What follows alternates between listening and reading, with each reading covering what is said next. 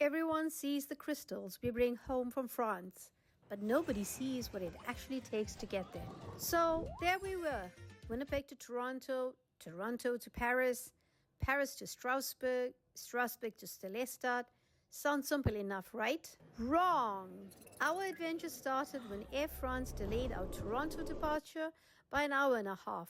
Normally not a big problem actually, except we had a train to catch in Paris, a rental car waiting in Strasbourg, and a hotel booked in Stellestadt for the next 2 weeks. Well, no pressure. After an overnight flight of 18 hours, we landed in Paris and headed straight for baggage claim. One suitcase arrived, one not out of 3.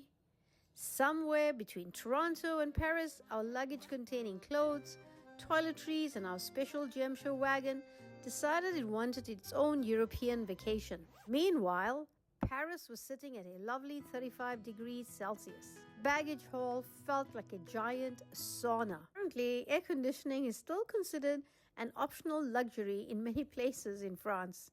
And judging by the massive line outside the Air France baggage office, we weren't the only passengers missing luggage. Looked like half of North America had arrived and left their suitcases behind. So Mark headed to the baggage desk while I stood there clutching a handful of crystals quietly, praying to the crystal gods that our luggage would magically appear. Spoiler alert, the crystal gods were busy that day. After answering what felt like 400 questions, we discovered our missing luggage was still sitting comfortably in Toronto, and our precious wagon, well, it looked like it had been thrown across the runway, attacked by a pack of hyenas, then trampled by a herd of elephants. Parts were missing, the covers were destroyed, but somehow our old faithful wagon survived. That wagon has traveled the world, with us carrying crystals, and apparently it wasn't ready to retire yet. The language barrier made everything twice as long. English wasn't common, and trying to explain our situation wasn't exactly easy. By the time everything was sorted, we had missed our train.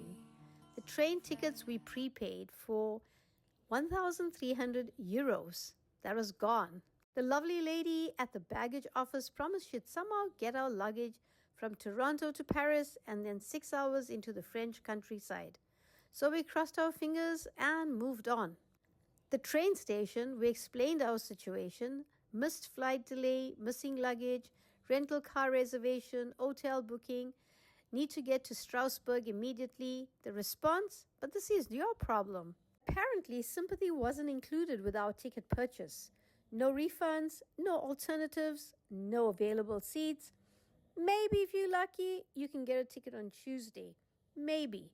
So we looked at each other like contestants on the Amazing Race France. I asked Mark, are you tired? He looked at me suspiciously. Why? I said, what if we just drove from Paris to Stellestadt? We checked Google Maps, 6 hours. After already traveling 18 hours, perfect, let's do it. We headed to Enterprise and asked if we could move our rental reservation from Strasbourg to Paris. To our surprise, they said yes. Finally a win. So off we went, 6 hours across France. Mark driving like an absolute superhero, me falling asleep every 20 minutes and waking myself up with my own snoring. The struggle was real. We weren't worried, just exhausted. We've traveled France before. We knew we'd figured it out.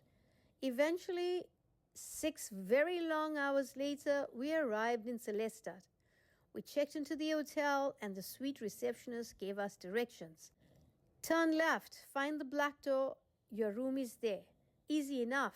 Except, we found the black door, carried our luggage up 2 flights of stairs and couldn't find room 401 because every room started with a 5. Turns out, wrong building. So poor Mark carried everything back down. We walked another block, found another black door, carried everything up another flight of stairs, and finally, room 401, victory. And what awaited us? Air conditioning, a massive shower, and a giant jacuzzi. At that moment, it may as well felt like a palace. After nearly 24 hours of travel, Delays, missing luggage, destroyed wagons, missed trains, language barriers, and enough frustration to last a lifetime. We finally made it. Because that's the reality behind these gem show trips. You see the beautiful crystals, the stunning displays, the amazing finds, but behind every crystal is a journey. And sometimes that journey is absolute chaos. Tomorrow we begin our adventure at the Sainte-Marie-aux-Mines, and we cannot wait to show you everything we discover.